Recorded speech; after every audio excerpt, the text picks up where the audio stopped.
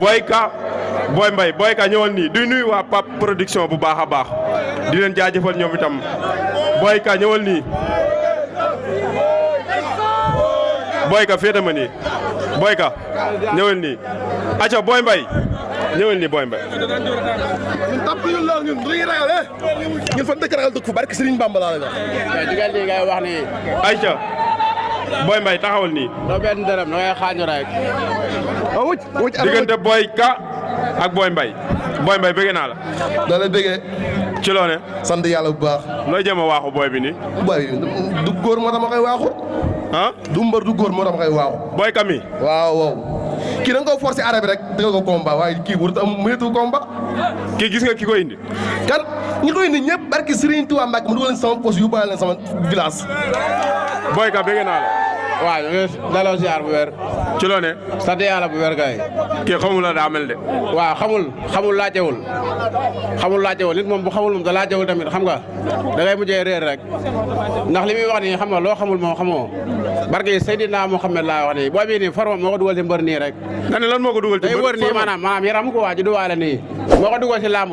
day wër rek bu neexee day toog bu naqaree mu daw te day daw ndax du neexul ko waa kii liggéey na de barke Seydina Muhammad liggéeyul kii nii billaay walaay gis nga ko barke Seydina Muhammad liggéeyul booy bi su ma ko jàppee ba jugul li may wër si àdduna yàlla bu ma ko am kan moo ëpp doole yéen ñaar maa ko ëpp doole maa ko gën a féetee xale maa ko mën kan moo ëpp doole laaj ko ñaata combat am moom kan moo ëpp doole kii du ma moromam barke Serigne Touba du ma moromam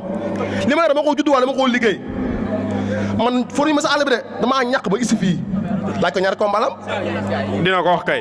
barke Serigne Touba Mbacke maa ngi sama troisième combat bii may quatrième bi tey am naa 3 victoires te bii ma koy quatrième mu leer naa ñu kii laaj ko ñaata dégg nga ko li mu wax loolu lépp daa nekk mais dama ne ko man li ma am ci combat moom amu ko ci combat moom mii déggoo ba xanaa barke Seydina moo xam ne yow ñaata combat nga am man ñaari combat laa amagum ñaata victoire benn victoire benn lan instant ba léegi deuxième combat moo bi mooy sa deuxième combat waaw bi mooy sama deuxième combat bii nii may bëre nii kii maa ko mën maa ko ëpp doole billahi wallahi wa taalaay barke Seydina moo xam ne kii du dërëm lan ngay wax say supporter li ma leen di wax mooy di leen sant xam nga di leen nuyu ñoom ñëpp ñoom rek laa am awuma leeral lu dul ñoom waa raay ba damay di nuyu bu wér waa arrêt banque ba waa arrêt raay bi ñoom ñëpp su ma limee damay juum di woo Babacar kii di Babacar Seck di ko nuyu di woo Baye Ale